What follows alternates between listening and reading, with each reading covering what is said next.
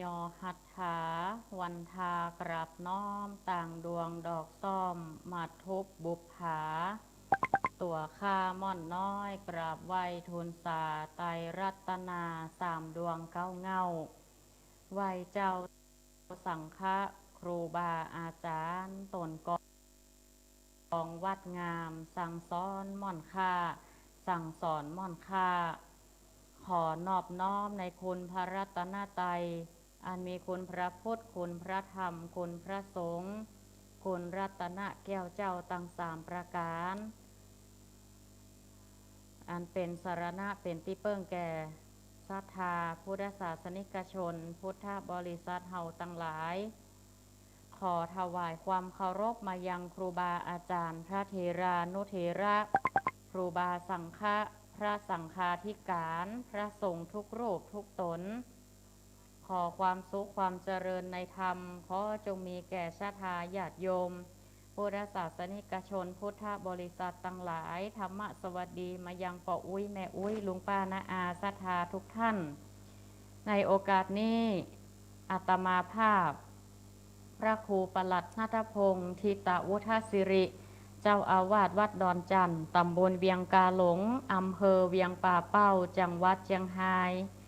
ก็จะได้น้อมนำศรัทธาญาติโยมทุกท่านได้เข้าสู่รายการธรรมะของทางสถานีวิทยุหลายๆสถานีเป็นต้นว่า 104.50 เมกะเฮิรตซ์วัดฝ่ายหินมช100.25 เมกะเฮิรตซ์วัดพระบาทอุดมอำเภอฝาง106.25 เมกะเฮิรตซ์มนเสียงธรรมอำเภอแม่แจ่ม98.75 เมกะเฮิรตซ์วัดห้วยตองซักอำเภอจอมตอง88.25 เมกะเฮิรตซ์วัดศรีปันเงินอำเภอสันป่าตอง89.50 เมกะเฮิรตซ์บ้านทุ่งเรดิโออำเภอสันป่าตองและระบบออนไลน์ก็ขอธรรมะสวัสดีกับศรัทธาญาติโยมเฮาทุกท่านที่ได้ติดตามรับฟังนะขณะนี้ซึ่งตอนนี้ก็อาตมาภาพก็จะได้แสดงพระธรรมเทศนาพื้นเมืองศรัทธาพระธรรมเทศนาพื้นเมืองที่จะยิบยกกับศรัทธาญาติโยมได้รับฟังสำหรับวันนี้ก็จะเป็นรายการธรรมะเป็นธรรมพื้นเมืองเรื่องกองวัด7ประการหรือว่าพระอินทร์ปันตาคำว่าพระอินทร์ปันตานั่นศรัทธาญาติโยมอาจจะได้เข้าใจในบทบาทที่เราได้มักจะได้ยินกันเสมอบอกว่าจะเป็นน้ำธรรมคำสอนในเรื่องใดๆก็ตามในเรื่องของพระอินทร์เนี่ยจะมีทุกบทบาทในหลายๆธรรมเทศนาซึ่งจะมีบทบาทในทางพระพุทธศาสนาของเราอย่างยิ่งโดยเฉพาะจะหันตามจิตรกรรมฝาผนังก็ตามหลายๆที่บอกว่าจะเป็นธรรมเทศนาที่ได้มาช่วยพระโพธิสัตว์ในคณะที่อุบัติเป็นได้มาจุติในแต่ละชาติพระอินทร์นี้เปิ่นก็จะมาช่วยพระโพธิสัตว์ให้บรรลุตามเจตนาในการสั่งสมคุณงามความดีสร้างบารมีในแต่ละภพละชาติแม้แต่ในทางพระพุทธศาสนาพระอินทร์นั้นเปิ่นมีคุณธรรมของเปิ่นการปฏิบัติธรรมนั้นย่อมส่งผลถึงภาวะที่จะเป็นได้ในอนาคตตีจากการจะเป็นพระอินทร์นั่นก็บัดใจเรื่องง่ายๆแล้วก็บัดใจเรื่องยากเกินไปทำกองวัด7ประการนั่นตอนตีศรัทธาญาติโยมอาจจะได้ติดตามรับฟังนั้นจะได้เข้าใจเตียตมาภาพจะเทศนาเป็นธรรมพื้นเมืองตีทุกท่านจะได้รับฟังและก็สามารถนำหลักวัด7ประการเนี่ยเอาไปปฏิบัติได้ซึ่งพระอินทร์นี่ในทางพระพุทธศาสนาเท่านั้นในคัมภีร์พระไตรปิฎกได้กล่าวถึงเหตุการณ์ที่พระพุทธองค์ทรงตอบปัญหาของเราเทวดาว่าเป็นหนึ่งในพุทธกิจประจำวันตั้งแต่เช้าจนถึงรุ่งของวันใหม่แสดงหันว่าเทวดามีอยู่จริงพระพุทธองค์บ่ได้ปฏิเสธการมีอยู่จริงของเทวดาทั้งหลายพระพุทธเจ้าเลยสอนพระธรรมเทศนาว่าด้วยเรื่องของคุณธรรมหลักจริยธรรมของเทวดาก็ได้แก่เทวธรรมซึ่งก็ปรากฏในพระสุตตันตปิฎกมีใจความบทหนึ่งว่าภิกษุทั้งหลายในหมู่เทวดาเหล่านั้นมีจำนวนมากได้เข้าเฝ้าพร้อมกับกราบไหว้เฮาแล้วลุกขึ้นอยู่ณที่ค ควรส่วนข้างหนึ่งครั้นเทวดาเหล่านั้นยืนเรียบร้อยแล้วได้กล่าวกับเฮาว่าข้าแด่พระองค์ผู้นิรทุกข์นับแต่นี้ไป91กับพระผู้มีพระภาคอรหันตสัมมาสัมพุทธเจ้าจะนามว่าวิปัสสีผู้เป็นกษัตริย์โดยพระชาติได้เสด็จอุบัติในคติยสกุลเป็นโกนทัญญะโดยพระโคดและพระชนมายุประมาณ 80,000 ปีพระองค์ได้ตรัสรู้วางไม้แคร์ฝอยแล้วตถาคตได้แสดงธรรมเทศนาโปรดหมู่เหล่าเทวดาว่าบุคคลผู้ถึงพร้อมด้วยหิริและโอตตัปปะตั้งมั่นอยู่ในสุขธรรมหรือว่ากุศลธรรมกุศลธรรมนี้ก็คือคุณงามความดีเป็นผู้ที่สงบระงับเป็นคนที่ดีงามท่านเรียกว่าเป็นผู้มีเทวธรรมในโลก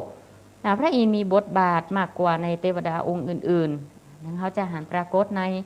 คัมภีร์ต่างๆมีคุณธรรมเด่นพระพุทธเจ้าตรัสถึงพระนามของท้าวสกเทวราชกับพระเจ้าฤชวีแต่ละพระนามบอกถึงคุณสมบัติความดีของพระองค์ที่เคยทำมาในอดีตคือการจะเป็นพระอินทร์นั้นครั้งที่เป็นมนุษย์ท้าวสกะมานพจิวามัคคะมานพเป็นมีหลายชื่อหลายนามด้วยกันหรือท้าวมัคควานเมื่อครั้งเป็นมนุษย์ได้ทำทานมาก่อนจึงมีนามว่าปุรินทะเมื่อครั้งเป็นมนุษย์ได้เฮือทานโดยความเคารพฉะนั้นจึงมีแห่งนามว่าท้าวสกะหรือท้าวสกะเทวราชที่ญาติโยมเฮาท่านทั้งหลายได้ยินเป็นประจำเมื่อครั้งเป็นมนุษย์ได้พักอาศัยฉะนั้นจึงมีน้ำแห่งน้ำว่าท้าววาสุวะนะและก็ท้าวสกะทรงคิดถึงเนื้อความได้ตั้งพันโดยคู่แล้วฉะนั้นจึงมีพระนามว่าท้าวสหัสนัยหรือว่าเป็นพระอินทร์ปัญจาเปิดได้โอ้อย่างหลายๆอย่างในโลกจึงมีนามว่าพระอินทร์ปัญตาท้าวสกะทรงมีนางอสุรกัญญานามว่าสุชาดาหรือเป็นถ้าเป็นบ้านเฮาเป็นก็ห้องว่าเป็นแม่พระอินทร์เนาะจึงมีนามว่าเท้าสุชัมบดีและเกาะเท้าสกะทรงครองราชสมบัติด้วยความเป็นใหญ่แห่งเทพชั้นดาวดึงฉะนั้นจึงมีแห่งนามว่าเทวานามินทะจะชื่อยังกระตามญาติโยมท่านทั้งหลายสิ่งที่สำคัญนั่นก็คือการศึกษาเอากองวัดคุณธรรมจริยธรรมลักธรรมของการเป็นพระอินทร์นั้นน่ะเอามาปฏิบัติให้เฮาท่านทั้งหลายนั้นได้เข้าใจในกองวัดของท่านพระอินทร์หรือท้าวสกะนั้นในทางพระพุทธศาสนาเป็นผู้ที่บรรลุโสดาบันหลังจากที่ได้ฟังธรรมจากพระพุทธเจ้าและเป็นผู้ฟักใฝ่ในทางธรรมพระองค์มักจะเสด็จมาฟังธรรมจากพระพุทธเจ้าเสมอทรงเป็นเทพผู้รักษาธรรมะแห่งพระพุทธเจ้านอกจากนั้นก็ยังช่วยเหลือให้บุคคลอื่นๆทำความดีให้ปรากฏผู้ใดที่ถูกกันแกล้งพระอินทร์เป็นก็จะปรากฏตัวเพื่อช่วยเหลือจะหันในหลายๆธรรมะเนาะหลายๆเรื่องด้วยกันบอกว่าตีจะเตดสถาญาติโยมบอกว่าแม่อุ้ยอาจจะได้ห้าฟังมาแล้วพ่องว่าในเรื่องบอกว่าจะเป็นจักกาข้างคำเนาะ ในคณะติไอ้ข้างคำหรือว่าพระโพธิสัตว์เกิดมาได้รับความทุกข์เนื้อห้อนใจเปิ่นก็จะมาช่วยตลอดมาแถลงกายเพื่อให้สร้างบุญสมปานให้สำเร็จเปิ่นก็จะเข้ามาช่วยเหลือให้พวกเขานั้นได้บรรลุแต่กรรมดีในเรื่องของพระเวสสันดรก็เช่นเดียวกันพระอินทร์ก็เสด็จลงมาเนรมิตอาสมเมื่อตอนออกผนวดเป็นต้นนี่ก็สรุปหน้าที่ของท้าวสกเทวราชที่จะได้เทศนาธรรมเป็นพื้นเมืองลำดับต่อไปศรัทธาญาติโยมเฮาตั้งอกตั้งใจสดับรับฟังเน้อ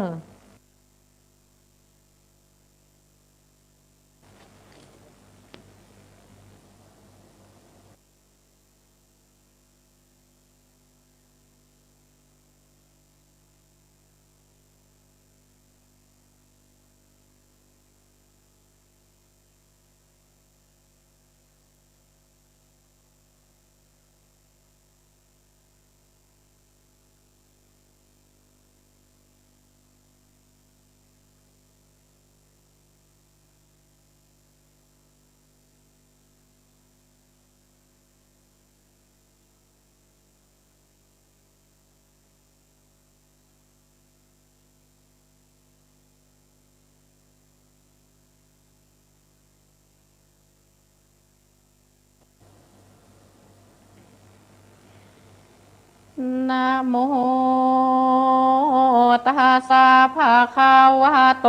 อะระหะโตสัมมาสัมพุทธัสสะระหายยังเวสาลิงเสิงเมืองเวสาลีวิหารันโตพงยังสำราญโกตาคาราสาลายังนายโกตาคาราสาลาอาลาภราจานังเสิงพญาแห่งเทวดาเชื่อว่าสกกาเกอพญาอินตาธิราชกาเทสีจริงสำแดงไว้ว่าอิมังธรรมมาเทศนางยังพระธรรมมาเทศนาหานิว่าอาปามาเตนามะกาวาดังนี้เป็นเก้าคอหนุ่มเท่าหญิงใจสาธาลายมวลโมอันมานังโยฟังธรรมจงท่าจำแต่ตนเตเสืบสนตัวไปบ้านนี้และนาบ้านนี้แด่เตอเวสาลิยังหิมาหาลีนามาลีชาวีวาสเตในเมืองสาเวสาลีใหญ่กวางมีเจ้าจ้างลิชาวีเจอมหาลียดยาวรวมภาพดาวราชธานีสัทธามีบ่อน้อยฟังพระยอดซอยเทศนาว่าคนอินตานั้นเล่าบนหมากเต้านานำไทยกระตำบ่อพรแต่จัดก่อนเมินมาบนนั้นนาหนองแนวใดเป็นเต้าผาเมืองบนโยเวจโยนภาษาดมีนางหน้าโสภาคือเทวดาแวดล้อมเห็นเหออมเป็นปาริวานสุขสำราญเจิญจ้อยบ่หูตามก้อยมองขี่เต้ามหาลีฟังแล้วบอกกาแก้วสังกาว่าตามพระพุทธาเป็นเจ้าได้บอกเล่าไข่ปันว่าคนสวรรค์บุญใหญ่เกิดเต้าไทยอินตาผาตาว่าติงสาฝากฟ้าโคงเขตลาเมืองบนโยเวจโยนภาษาดงามว่าใส่สีนางฟ้ามีนักโสดนับเตอโกดเป็นปาริวานสุขสำราญมากเต้าตกคำเจ้าเกินวานพระได้หันแจ้งทีจริงเก่าจี้ไข่จาหรือบ่หันกับตาตัวเก่าเต่าจะเล่าได้ควรผ่านภายไปไวยังพระบาทให้สาบปัญญูแล้วทำดูทีขอพระเก่าจี้ตามมีเต้ามหาลีเกิดแล้วก่อกาดแก้วภายพันรีบเรียวปันไปไกลนางน้อมไว้ทวนสาวาพันเตภาคาวาคาแด่พระพุทธเจ้าตนเป็นปิ่นกล่าวติโลกาอันว่าคุณหินตาหยดเย้าผ่าแผ่นดาวเมืองสวรรค์พระไข่ปานเก่าอุวาพันเตขาหูเมินมาพระหันกับตาแจ้งที่จริงเก่าจี้ไข่ปานหรือบ่หันแห่แจ้งเต่าเก่าแสงได้พระบุญพายอดซอยจริงตอบถอยว่าทีว่าดูราเต้ามหาลียศใหญ่อันว่าเต้าไทยอินตาเฮาหันกับตาแจ้งทีจริงเก่าจี้ตามมีเต้ามหาลีถามเล่าว่าเต้าตามพระเจ้าไข่ปานว่าได้เล่งหันนั่นใส่รอยเป็นโรบเต้าไทยอินตาตัวแต่นั้นนาหันยาคานิหากสงสัยบ่มีภัยน้อยใหญ่จะเคยได้เล่งหันพระคุณทำยอดซอยจริงตอบพอยว่าทีว่าดูราเต้ามหาลียศใหญ่อันว่าเต้าไทยอินตาเป็นพญาหยดเย้าผ่าแผ่นดาวโคงสวรรค์เฮาจริงหันแจ้งทีจริงได้จี้ใครจะว่าวัดกองใดน้อยใหญ่อันเต้าไทยอินตาได้กระตามมาบ่อพรแต่จัดก่อนเมื่อนั้นเป็นบุญเจียงคาโคงสวรรค์ตกคืนวันเจิญจ้อยสมไฟห้อยคานิ่งหมายกอง วัดหลายนั่นใสเฮาหูแจ้งควายดีลีดูรามหาลียศใหญ่อันวัดเต้าไทยอินตาแต่เดิมมาเมื่อก่อนเกิดอยู่บอนเมืองคนนี้ชื่อตนแต่เก้าว่ามาข้านมเนาเป็นมายย้ำตนตายพรากนาไปเกิดเมืองฟ้าไปบนจมโมคนโลกไตจริงเรียกว่าเต้าไทยมักขาวาและนาดูราเต้ามหาลียศใหญ่อันว่าเต้าไทยอินตาแต่เดิมมา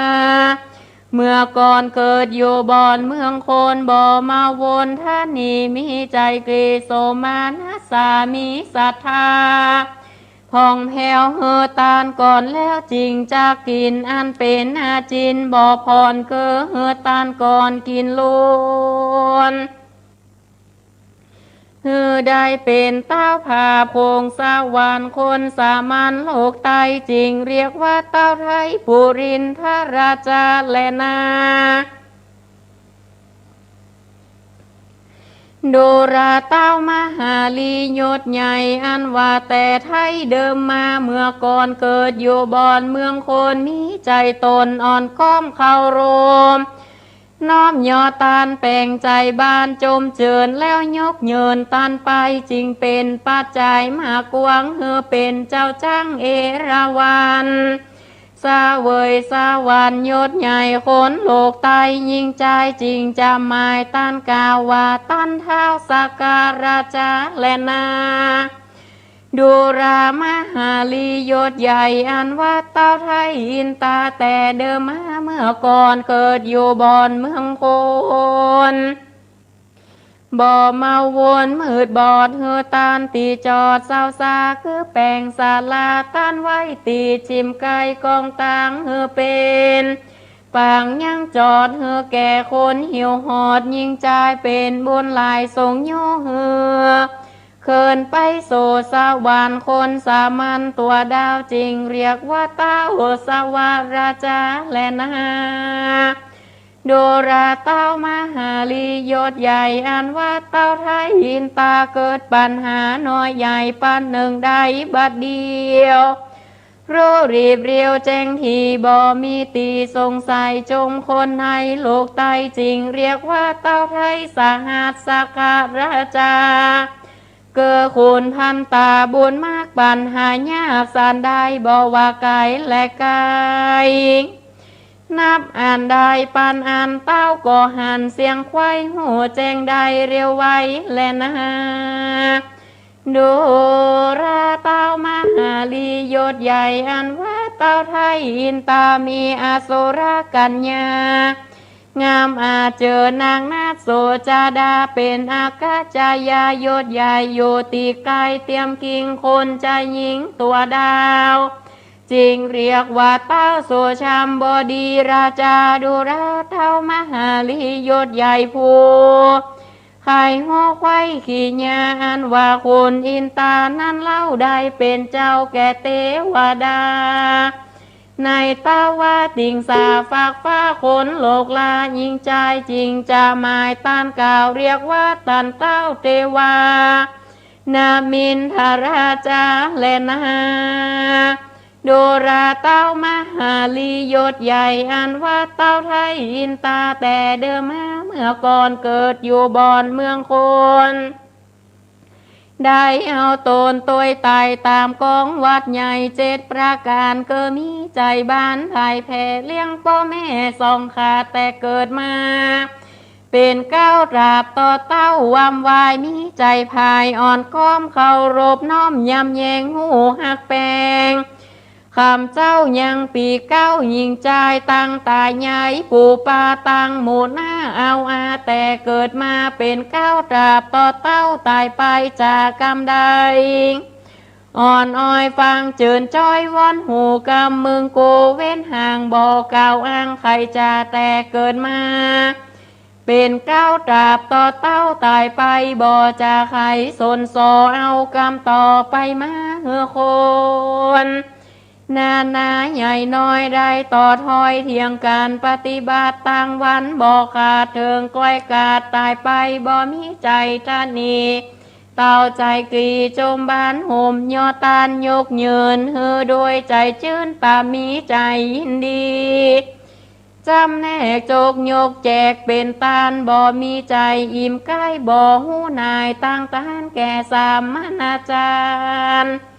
ตีไว้แก่คนอยากไรอนาถาแต่เกิดมาเป็นเก้าตราบต่อเต้าวันตายสัจจะไมมันเตียงบ่บิดเบียงกากายจากกรรมใดมันแก่นเกิดมีแม่นตามกรรมบ่ไข่กรรมจัดหอยอันเป็นหอยโมสาแต่เกิดมาเป็นเก้าทาราบเต้ามรณะบ่อเครื่องการ้โหดคือบ่อคิวโคดเครื่องขี่กันความโคดมีเกิดได้ก็ห้ามไว้บัดเดียวความโคดเร็วบ่จ้าใดพรากนาหายนีดูราเต้ามหาลียศใหญ่อันว่าเต้าไทยอินตาแต่เกิดมาเมื่อก่อนเกิดอยู่บอนเมืองโคนได้เอาตนตัวไตตามกองวัดใหญ่เจ็ดประการอันเจียงคานพระเสดคือลำเลิศเรือลายยามวำวายข้าพรากตายลาจากเมืองโคนบนกุศลหนองแนวได้เกิดเป็นเต้าสาเวยสาวันโตเคินวันคำเจ้าบ่อมนเศร้ามองขีดูราเต้ามหาลียศใหญ่ตายละจากเมืองคนหากว่าได้เต้าตาก็มาอันว่าเต้าไทยอินตาเฮาหันกับตาแจ้งทีได้เกิดเป็นเต้าสาเวยสาวันตกเคินวันคำเจ้าบ่อโศกเศร้ามองกีดิ่งจริงได้จี้จะไข่กองวัดใดน้อยใหญ่อันเต้าไทยอินตา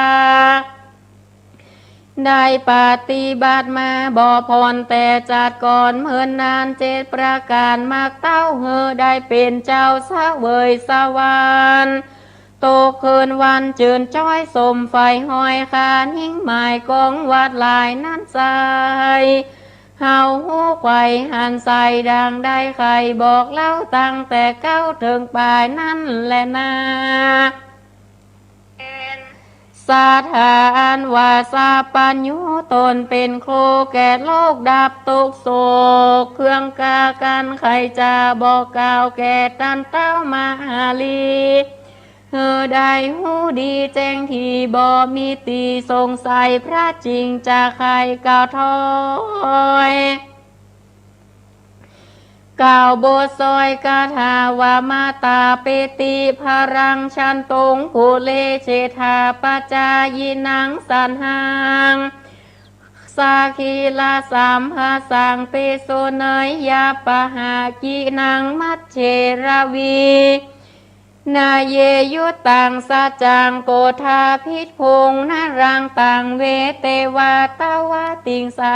หูสาปุริโสอิติดังนี้ว่าคนผู้เลี้ยงแม่และพ่อเคารพต่อตามรายยังปีใจตัวเก่าตั้งคนแก่เท่า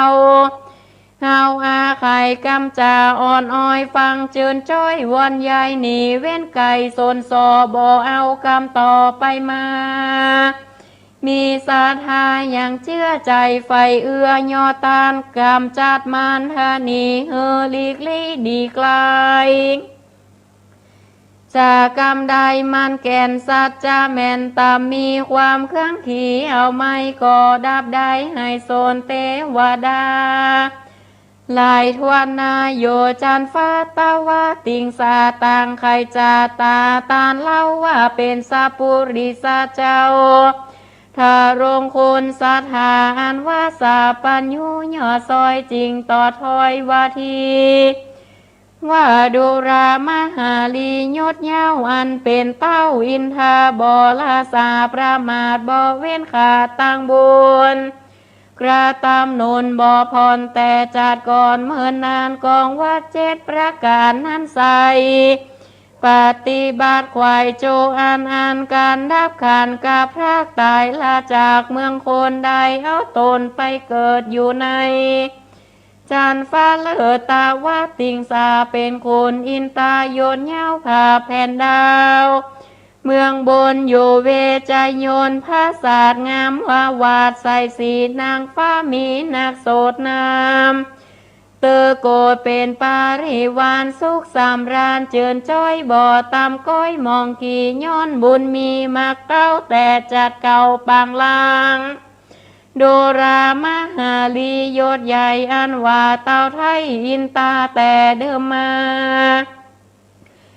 เมื่อก่อนเกิดอยู่บอนเมืองคนมีชื่อตนแต่เก้าว่ามาข้านมเนาเป็นไม้ได้คงควายสร้างกอกระตำบนตอนนำนาย้อนบ่อลาสาพระมาสติบ่ขาดเสียตนสร้างกุศลจะใจบ่หอนได้วางลาย้อนบ่อลาสานั้นเล่ามาข้านมเนาเมืองคนจริงเฮาตนไปเกิดในจันฟ้าเลอตาวาติงสาเป็นพญายศยาวผ่าแผ่นดาวสองสวรรค์อันคนสามัญโลกตายหู้แจ้งไข่ขีญาวาจาโตมหาราชิกาแต่เก้าวัตาวาติงสาว่าเป็นสองนั่นแหละนะความบ่ประมาทนี้เล่าอันพระพุทธเจ้าหย่อสาปัญโยตนเป็นครูแก่โลกดับทุกโศกยิ่งใจตั้งนักปราชญ์หลายมวลโมต่างเก่าย่อคนว่าเป็นธรรมนนจวยกำเฮือหลวงล้ำอนตาลายเฮือสมหมายไฟหอยบอกกัดกล้อยไก่กาคนโลกกาโลกไตจักสมไฟคานิ่งหมายบอกว่ายิงใจไพรลาดบอกว่าต่างห้ามมาดและคนจากเถิงคนวิเศษโยในเขตโลกีหรือโลโกตาราดีพาเสดเกิดมีนิพพานเลิศกาเสมใจย้อนอาสาไรบ่ขาดยังความบ่ประมาทดีลีการไขว่าทีดังนี้แล้วพระตนแก้วจริงสวดคาถาวาปามหาเทนา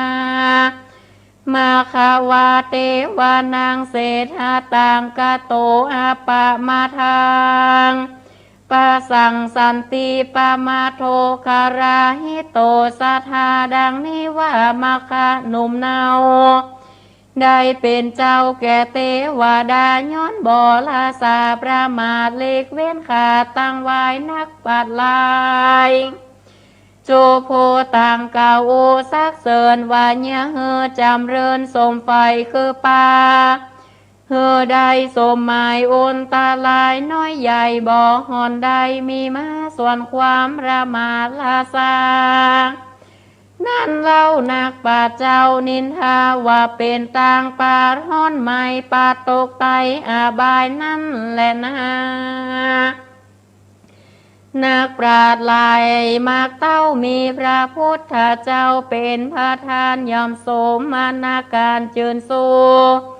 ยอมเก่าโอซักเสินว่าควรจำเริญอย่าขาดยังความบ่ประมาทลาสาความบ่ประมาทนี่นาแต่เล่าหากเป็นเก้าตังบนเฮือเถิงกุลวิเศษโยในเขตสงสารต่างโลโกตาราดีเลิศแล้วเกิดเวียงแก้วนี้ราปานสุขสามล้านไหลหลากโศกโตกพระกายกาส่วนความลาสาพระมาจมนักป่าตั้งหลายบ่มีหมายเจิญโซตันเก่านินทาว่าเป็นตังปาเฮอได้ร้อนเดือดไม่เครื่องขี่โอนตาลายมีมาตองหรือเกิดใดในแห่งห้องอาบายเป็นตกลายคำเจ้าย้อนความประมาทเป็นข้อเก้าตังมวลนั่นแหละนะตาสามาเหตุนั้นเล่าคนหนุ่มเทายิงใจโพคานิ่งหมายมักไฟเฮอใครเป็นเต้าไทยอินทาจงอย่าลาสาประมาทตั้งกองวัดอาจจังคารเจตประการนั้นใส่อย่าเว้นไว้นีกายปฏิบัติไปคำเจ้าเกือ เลี้ยงพ่อแม่เจ้าสองขารู้วันทาอ่อนก้อมเคารพน้อมตามรายยังปีใจตัวเก่าต่างคนแก่เท่าเอาอาไข่กำจาอ่อนอ้อยฟังเจิญจ้อยวอนยายบ่จะใครสนสอเอากำต่อไปมาเฮอมีศรัทธายังเชื่อใจไฟเอื้อยอตานกรรมจัดมานท่านีเฮอลีกลี่เสียกายจากกรรมใดมันแก่นสัจจาแม่นตามียามเครื่องขี่โคดไม่ก่อดับได้เรียวไวกันคนใดต้อยไตเป็นดังได้ใครมายอมเป็นบุญนาติต่อโถมปานปอนในตนโยเมืองคนโลกไตก็บอนไม่มองผ่านจมให้มานอุบาทบ่มาปาดเบียนคุยสามรานีมาเก้าตกคำเจ้าคืนวันยามดับขันกาพรางยอมพ้นจากหาบายใดผ่านภายไปเกิดในติพาเสดกาเสมใจนั่นแหละนะนิทิตังขีญาสังวันนาวิเศษจาห้องเหตุเรื่องเต้าสหัสเนตพันตาเกิดพญาอินตายศยาวตนภาพดาวเมืองสวรรค์นำมาไข่ปันเก่าได้หูตามรายการยิงใจน้อยใหญ่ใครเป็นเต้าไทยอินตาจุงยาลาสาพระมาดกองวัดอาจ7ประการสมาทานเสียงควายเตียงจางสมไฟกิตตนามูลาสัทธาเอาอาโจโพนั่นและนาก็บังคมสมเรเสร็จแล้วเต้านี้ก่อนแล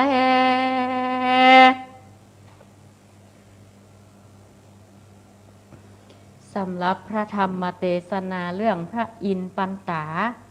หรือว่ากองวัด7ประการศรัทธาญาติโยมบ้านเฮาเปิ่นก็ห้องว่าเท้ามัคควานก็ได้เท้าสหัสเนตก็ได้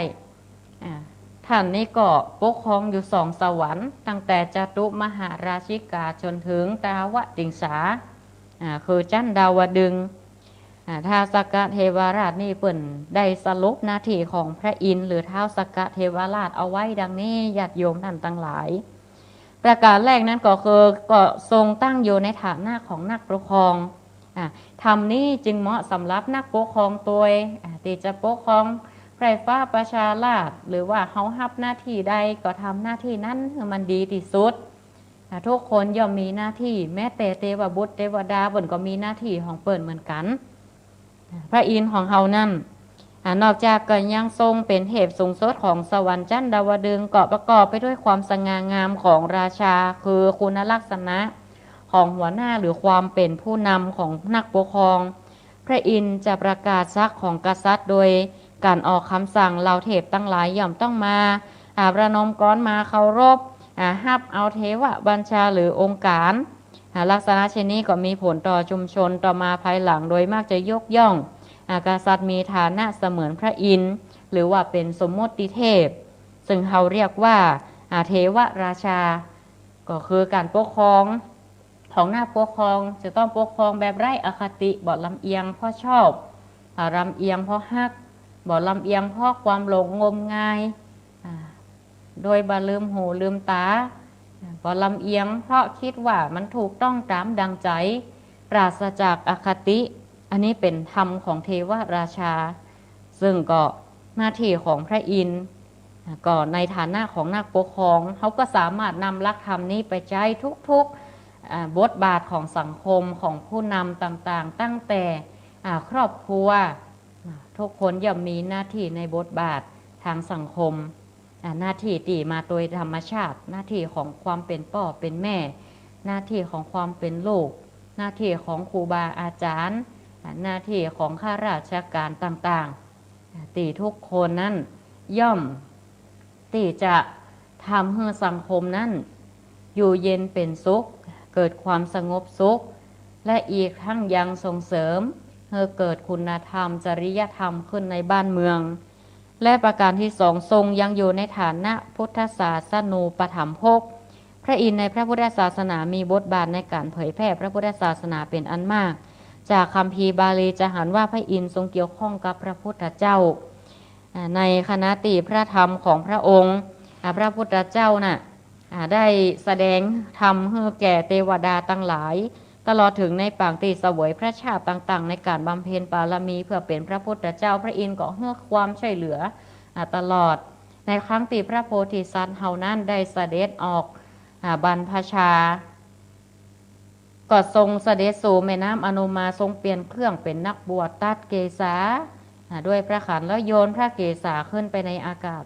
ก็ท้าวสกาเทวราชหรือพระอินทร์นี่เองก็หอบไปหับในทันทีแล้วนำไปบรรจุเอาไว้ตีพระธาตุเจดีย์ที่มีชื่อว่าพระเจดีย์จุฬามณีบนสวรรค์จันทดาวดึงส์และเมื่อคราวที่พระพุทธองค์ทรงเสด็จลงมาจากดาวดึงส์หลังจากที่สอนพระพิธรรมแก่พุทธมารดาอันเป็นบทบาทหน้าที่ของผู้เป็นลูกที่มีความกตัญญูกตเวทีต่อผู้เป็นมารดา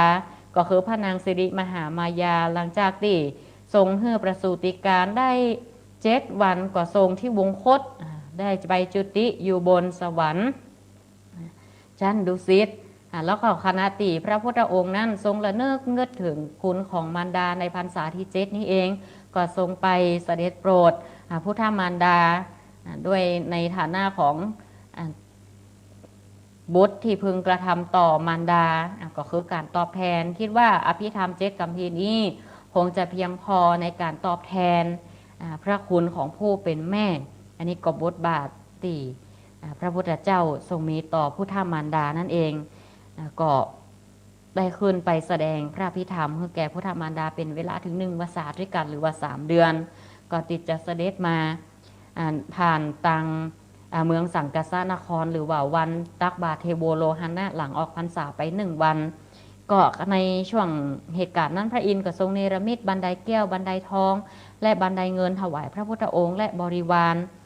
นอกจากในพุทธประวัติและชาดกหลายๆตอนก็ได้กล่าวถึงพระอินทร์ในฐานะเป็นผู้ประทับพระพุทธศาสนาจะหันว่าภาพจิตรกรรมฝาผนังหรือศิลปะวัฒนธรรมเกี่ยวกับสถาปัตยกรรมอย่างต่างๆก็จะมีสัญลักษณ์ของพระอินทร์ซึ่งเป็นตัวแทนเป็นสัญลักษณ์ของการทำนุบำรุงพระพุทธศาสนาการอุปถัมภ์พระศาสนาของเฮาคือดำรงอยู่ประการที่3คือตั้งอยู่ในฐานะเป็นมิตรแห่งผู้ปฏิบัติธรรมจะหันได้ว่าในกองวาด7 ประการของพระอินทร์นั้นญาติโยมพ่ออุ้ยแม่อุ้ยเฮาในกองวาดในคณะตีเป็นมัคคะมานพเนี่ยเปิดได้เฮือตานที่เป็นสาธารณะประโยชน์สาธารณะสงเคราะห์ได้สร้างโรงทานได้สร้างถนนหนทางพัฒนาเหมือนเฮาท่านตั้งหลายเนี่ยเวลาจะมีได้ยินประกาศตามเสียงตามซ้ายปหลวงบ้านเปิ่นจะพัฒนาขอความช่วยเหลือนั้นๆนี่เอาจิตเอากายแห่งกายเฮาไปจ่วยถึงแม้ว่ากำลังทรัพย์เฮาบานักเอากำลังใจเอากำลังกายนะเฮาเข้าไปทำนี่อันนี้ก็จะเป็นเกี่ยวกับการทำสาธารณสงเคราะห์การเข้าไปช่วยเหลือผู้ตกทุกข์ได้ยากกองวัดนี้เองก็จะสร้างกัลยาณมิตรกัลยาณธรรมเกิดขึ้นอันเป็นหนึ่งในกองวัดของพระอินทร์ที่ทำมาในคณะที่จัดที่เป็นมัคคะมานพจะหันว่าพระอินทร์ได้สนับสนุนป้องกันและแนะนำผู้ชอบธรรมตั้งหลายจากชาดกต่างๆเช่นบอกว่าจะเรื่องของจันทกุมารมโหสถเป็นต้นแสดงถึงความช่วยเหลือพระอินทร์อย่างดีสะท้อนเนื้อหาความปรารถนาที่จะให้มนุษย์ทั้งหลายเนี่ยเกิดความเจริญก้าวหน้าทางด้านจิตใจและประพฤติธรรมโดยชอบในการอีกอย่างหนึ่งนั้นหากว่าผู้ใดติปฏิบัติตนดีปฏิบัติดีปฏิบัติชอบทำกองวัดหรือว่าธรรมะนั้นก็จะรักษาผู้ที่ประพฤติปฏิบัติตามนั่นเองประการที่4พระอินทร์ในฐานะที่เป็นนักรบก็คือกษัตริย์ย่อมมีหน้าที่หลัก2 ประการคือบำบัดทุกข์และบำรุงสุขในแผ่นดินซึ่งได้ตีความไว้ว่าการยังให้เกิดความสงบสุขแก่ประชาราษฎร์และการกวาดล้างอรินทราชศัตรูอริราชศัตรูตั้งหลายตีมาคิดบดีกับแผ่นดินในพระพุทธศาสนาก็ดีพระอินทร์ก็จะช่วยปกป้องคุ้มครองนอกจากนี้ย่อมมีหน้าที่ในฐานะของนักรบด้วยตีว่าเป็นผู้ปกป้องบอกว่าจะเป็นการปกครองมูเตวดาตั้งหลายด้วยชอบธรรมแล้วก็ยัง ช่วยส่งเสริมในการเผยแพร่พระพุทธศาสนากองวัด7ประการของพระอินทร์นั่นเขาสรุปโดยสั้นๆก็คือการเลี้ยงดูบิดามารดานี่เป็นข้อเก้าอยู่ละญาติโยมเขามาเป็นข้อแรกมาตาปิตุอุปถานนางจัดเป็นลักมงคลชีวิตมงคลหนึ่งในมงคล38ประการการเลี้ยงดูบิดามารดาเป็นอุดมมงคลสูงสุดนี่อันนี้เป็นกองวัดที่สำคัญก็คือตั้งแต่บำรุงที่เป็นขั้นโลกิยะคือตอบแทนท่านบอกว่าจะเป็นด้านตีในคณะตีถ่านเลี้ยงเขามาเขาก็จักเลี้ย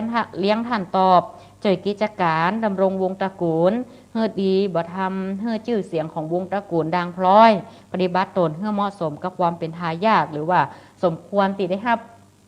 มรดกหรือความเป็นทายาทก็จะต้องรู้จักบุญคุณถึงแม้ว่าท่านตั้งหลายเหล่านั้นล้มหายตายจากไปเขาก็มีการระลึกถึงกุลตานขันเข้าขันน้ำไปหาวันศีลวันพระหรือว่าวันพระใหญ่มีโอกาสก็ทำบุญอุทิศไปเฮือประการที่2คือบำรุงในขั้นของโลกุตละคือการทำให้มีศรัทธาเหตุที่พระพุทธเจ้าแบ่งไว้อย่างนี้อาจถือตามประเภทของบุตรก็ได้เพราะว่าพระพุทธเจ้าได้แบ่งบุตรไว้3ประเภทคือข้อแรกคืออติชาตบุตรก็คือบุตรที่มีศรัทธาและศีลมากกว่าบิดามารดาประการที่2คืออนุชาตบุตรคือบุตรที่มีศรัทธาและศีลเสมอกับบิดามารดาและแห่งประการหนึ่งก็คืออวชาตบุตรหรือว่าอภิชาตบุตรบุตรที่มีศรัทธาและอวชาตบุตรคือบุตรที่มีศรัทธาและศีลน้อยกว่าบิดามารดาของตนแต่ถ้าแห่งประการหนึ่งคืออภิชาตบุตรอันนี้สำคัญก็คือบุตรที่มีคุณธรรมมีศรัทธามีศีลมากกว่าบิดามารดาหากว่าบิดามารดานั้นบ่มีความเลื่อมใสในพระรัตนตรัยบ่มีความเชื่อในเรื่องของกรรมบ่มีการตั้งตนอยู่ในธรรมอันชอบก็เป็นหน้าที่ของบุตรธิดาที่จะทำให้ท่านเนี่ยได้ระนึกได้มีฮิริโอตปปะเกิดขึ้นในจิตในใจให้ท่านตั้งหลายเนี่ยได้เห็นธรรมอันนี้เป็นหน้าที่ที่สำคัญที่สุดนะเช่นเดียวกับพระสารีบุตรที่ในวาระสุดท้ายของพระสารีบุตรเนี่ยก่อนจะปรินิพพานเนี่ยเป็นก็ขออนุญาตพระพุทธองค์ปิกไปบ้านเพื่อไปโปรดมารดาที่ยังมีความเลื่อมใสในพระรัตนตรัยยังเป็นมิจฉาทิฏฐิอยู่ก็ทรงใจเวลาสุดท้ายของชีวิตเนี่ยแสดงธรรมเทศนาซึ่งเป็นการตอบแทนมารดาของตนคิดว่าเพียงพอกับมารดาแล้วตีทำให้ได้ยกระดับจิตเข้าสู่อริยบุคคลนั่นก็คือบรรลุเป็นโสดาบันเป็นอริยบุคคลขั้นต้นและปิดหนทางอบายอันนี้เป็นตัวอย่างอภิชาตบุตรดังในประวัติของพระสารีบุตรอัครสาวกเบื้องขวาของพระพุทธเจ้าอภิชาตบุตรก็คือเป็นผู้ที่มีคุณธรรมธรรมะหากว่าท่านยังบ่เป็นสัมมาทิฏฐิก็พยายามทำให้ท่านมองเห็นน้ำเห็นธรรมหันความเกิดดับของสรรพสิ่งของสังขารทั้งหลายบ่ให้ตกไปในทางอบายอันนี้เป็นหน้าที่ที่สำคัญเช่นเดียวกับพระพุทธองค์ไปโปรดมารดาที่บนสวรรค์ก็ได้บรรลุธรรมเป็นอริยบุคคลประการที่2คือต้องเคารพต่อผู้ใหญ่ในตระกูลเกี่ยวกับการเคารพยำเกรงต่างการตั้งตนไว้ชอบมีความเคารพอ่อนน้อมคาระโวจะนิวโตจะเอตัมมังคละมุตตมังยอดม้ายังหูอ่อนตนเป็นคนก็ต้องมีความอ่อนน้อมถ่อมตนต้นไม้ใดติมันยังยืนต้นถึงแม้จะต้นใหญ่แต่หากว่าบ่น้อมไปตามลมท้ายที่สุดต้นไม้จะใหญ่เพียงไหนบอกเข้าโมเข้าเหล่าบอกอ่อนน้อมไปตามลมท้ายที่สุดต้นไม้นั่นก็หกโค่นล้มได้โดยง่ายก็หักก็ปังก็ล้มละเนระนาดไปได้ในที่สุดต่างจากยอดหญ้าศรัทธาญาติโยมลองพิจารณาว่ายอดหญ้าหรือไม้ไผ่ไม้บงไม้ซางเขาเนี่ยมันอยู่กันเป็นก่อยากที่จะลมจะปัดเฮือหักเฮือโค่นไปก็เพราะอย่างก็เพราะว่ามันมีความน้อมไปตามลมบอดต้านทานบอกแข็งทื่อมนุษย์คนเฮาเช่นเดียวกันคนเฮาถ้าแข็งล่ำไปก็บดีถ้าเฮาเป็นนักปกครองเป็นเจ้าคนนายคนหรือว่าคนทั่วไปธรรมดาปุถุชนเฮาหากมีความกระด้างกระเดืองบ่มีคุณธรรมบ่มีศีลมือบ่อ่อนคอบ่อ่อนน้อมถ่อมตนนี่ก็จะเข้าคนได้ยากไปตั้งได้ก็เข้าหมู่ได้ยาก ขอบเหตุเพราะว่ามีความอ่อนน้อมถ่อมตนนั่นเอง และการเข้าไปสู่ในวงตระกูลเข้าไปต่อผู้ใหญ่ก็เขาก็มีการรักในการประพฤติปฏิบัติเช่นพระพุทธเจ้าก็ได้ให้รักการปฏิบัติตนในทิศทั้ง6บุคคลที่เปรียบในทิศ6อาตมาภาพก็เคยได้แสดงเตศไปแล้วบอกว่าจะทิศเบื้องบนสมณะชีพราหมณ์ก็เพื่อความเคารพท่านเนาะ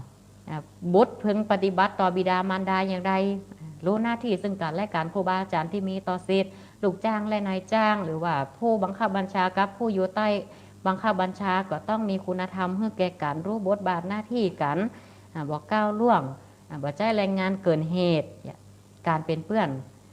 การคบมิตรสหายก็แนะนำกันไปในทางที่ถูกต้องป้องกันอบาย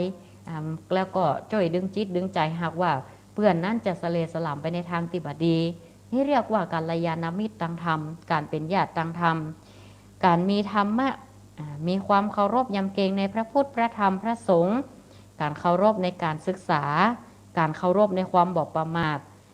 ความเคารพเอื้อเฟื้อในความบอกประมาทนี้จะช่วยให้เจริญสติและง่ายต่อการปฏิบัติธรรมะได้โดยง่ายบอกว่าจะเป็นการได้ยินได้ฟังธรรมะครูบาอาจารย์เพิ่นได้เล่าได้เทศนาธรรมใดเฮามีสติอยู่ตลอดเฮาบ่มีความประมาทในธรรมรู้ความเกิดดับของสรรพสิ่งทั้งหลายเฮาบ่ประมาทแม้แต่เรื่องของวัยต่างๆเฮาประมาทเพราะว่าเฮาคอยระลึกอยู่เสมอว่าบอกว่าวันใดมัจจุราชาหรือพญามัจจุราชมันจะโตยมาเฮาจนได้ว่าจะลบดีไปทางใดก็ตามจะไปบนฟ้าขึ้นไปบนหนอากาศตามห้องน้ำหรือถ้ำคูหาต่างๆท้ายที่สุดมันก็หาเจอบอกว่าจะเป็นละเอกละอ่อนบอกว่าจะเป็นวัยกลางคนวัยชราเมื่อกรรมมันมาญาติโยมท่านทั้งหลายเฮานี่บ่ป้นซักอย่างสิ่งประการสำคัญที่ช่วยเตือนสติเฮาน่ะก็คือเฮาบ่ประมาทเพราะว่าเมื่อใดที่ความตายมาเยือนก็คือสิ้นสุดในการทำคุณงามความดีถึงกรรมดีกรรมชั่วของเฮาในขณะเวลานั้นเพราะฉะนั้นแล้วเฮาก็ต้องตนเตือนตนนั่นแหละดีเพื่อมีสติอยู่เสมอเรียกว่าความเคารพมีอยู่6อย่างด้วยกันเพื่อช่วยในการเอื้อเฟื้อในเรื่องของกิริยาติอ่อนน้อมเพื่อเฮานั่นเป็นผู้กระด้างกระเดืองแสดงความเคารพต่อบุคคลโดยเคารพในความกตัญญูกตเวทีต่อพระรัตนตรัยต่อสิ่งมีชีวิตต่างหลายบอกว่าจะสัตว์เล็กสัตว์ใหญ่ก็ตามสัตว์ร่วมโลกก็ตามเขามีความเมตตาขุนนาแก่สัตว์ต่างหลายและประการที่3คือกล่าวแต่วาจาที่อ่อนหวานการแสดงกริยาที่น่าฟังพูดตีสิ่งที่เป็นสาระและก็การสงเคราะห์ซึ่งกันและกันเรื่องของการเฮื่อทานมีปิยะวาจามีอัตจริยาทำประโยชน์ด้วยแรงกายแรงใจขวนขวายช่วยเหลือกิจการต่างๆที่เราพอจะทำได้ช่วยกันไปมี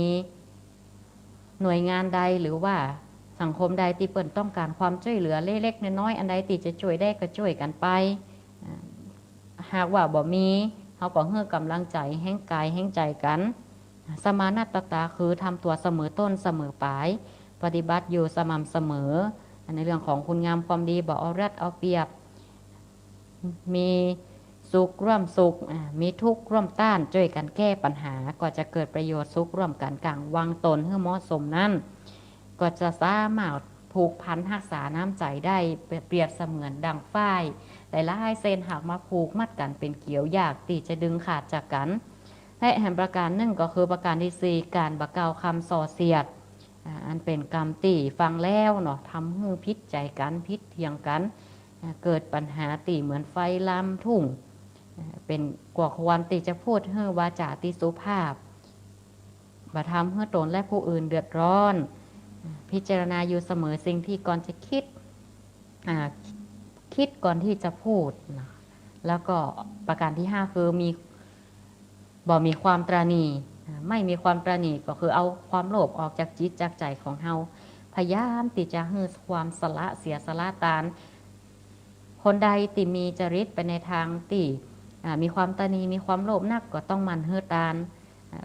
จะได้หากว่าทำนี้ยังบ่เกิดในจิตในใจในเรื่องของตานหรือว่าจาคะการเสียสละนี่ก็ต้องไปพอที่เปิ่นขาด ขาดแคลนขาดสนสัตว์ทั้งหลายติดดิ้นรนหาชีวิตรอดเขาก็จะเกิดความเศร้าสลดธรรมนี้ก็จะเกิดในใจเพื่อต้านความตนีทีเหนียวของเขาออกไปข้อที่6คือความซื่อสัตย์สุจริตเกิดความสมัครสมานสามัคคีกันได้ก็ต้องมีความซื่อสัตย์ต่อกันในทางพระพุทธศาสนาก็คือในเรื่องของการครองเรือนเกี่ยวกับเรื่องของคารวะธรรมสี่ยกตัวอย่างสัจจะความซื่อสัตย์จริงใจธรรมะการฝึกใจข่มใจตัวเก่าขันติหัวใจความอดทนขยันมันเพียรทนทานบ่หวั่นไหวต่อความชั่วตั้งหลายบอกว่าจะเป็นโลกธรรม8มียศเสื่อมยศมีลาภเสื่อมลาภมีนินทามีสรรเสริญมีสุขมีทุกข์เป็นเรื่องปกติจาค่าเสียสละหุตานเพื่อป้องกันกิเลสตัณหาต่างๆให้มันออกจากจิตจากใจของเฮาข้อประการสุดท้ายกองวัดพระอินทร์ข้อที่7ระงับความโกรธด้วยการอภัยทานมันมีความอภัยระงับความโกรธของเฮาได้ใจก็จะเป็นสุขอยู่ก็เป็นสุขรับนอนก็เป็นสุขตื่นก็เป็นสุขทำให้สุขภาพกายสุขภาพใจดีสถาญาติโยมเฮาตอนนี้ก็จะเปิดสายอนุญาตเปิดสายครับเนาะเปิดสายหน้าไม้ให้กับญาติโยมโทรมา10 นาทีสุดท้ายที่เบอร์โทรศัพท์0963458026 0963458026ก็โทรมาได้เนอะท่านใดที่จะสนทนาธรรมเช็คสัญญาณกันพอดีว่าสัญญาณตังสถานติจะได้ลิงก์ไปนั่นคัดข้องอาตมาภาพก็เลยจัดรายการธรรมะบันเทิงใจทาง Facebook แล้วก็ลิงก์ไปทางของวัดฝ่ายหินเปิ่นเนาะครูบาอาจารย์ที่ฮับตังก้นเปิ่นก็จากการเฮือเรียบร้อยนะเฮือสถาญาติโยมได้ยินได้ฟังธรรมะบ่เฮือสะดุดขาดตกบกพร่องใดๆก็สัญญาณเป็นจะได้กันพ่องก็โทรศัพท์เข้ามาอู้จากันได้เนอะเอามาแล้วสายแรกเจริญปอนเจริญปอนติดแล้วเจริญปอน8977ธรรมะสวัสดีจากตั้งได้จากบ้านทาละปูนทำแล้วบ้านทาละปูนสัญญาณเป็นจะได้พ่องบ้านชัดเจนดีวันนี้นะมันเป่งมีฝนจะปุ้นฝนตกก็เจ้าแดดขนาดตอนนี้กำลังบดออกไปตังนอกพอไปตังนอกแดดซึ่งแรงแต่เจ้านี่บดอยู่อ่อยมันน้อยแต่เจ้าแดดขนาดเลยแม่นี่ตอนไงนี่บดดีแล้วมันแดดตอนเดียวนี่เส้งแวงแล้วก็ใสเนอะเสียงชัดเจนจะดีสัญญาณชัดเจนเนาะไปล่องทำมันยาวน้อยเนาะบางเดี๋ยวก็เว้ยเป็นช่วงจ้าเป็นช่วงเอกะเหมือนน้ำมาไหลอ่ะแห้งผ่องเว้ยผ่องจ้าผ่องมันจึงเหมือนน้ำไหลล่องๆแหละสาธุสาธุเนอะตอนข้ามพุทธจะออกอยู่กะตอนข้ามออกอยู่แม่จากตอนข้ามนั้นมันปวดขนาดแบบแค่ได้ยินหรอแม่ฟังนะแล้วก็ยามเจ้าอีชัดเจนดีเจ้าพระครูเอาที่วัดออกก็ชัดเจนดีสาธุสาธุเจ้าแม่คือกำลังใจท่านพระครูอยู่โน่อนุโมทนาสุขภาพโดยเจริญปอนเนอ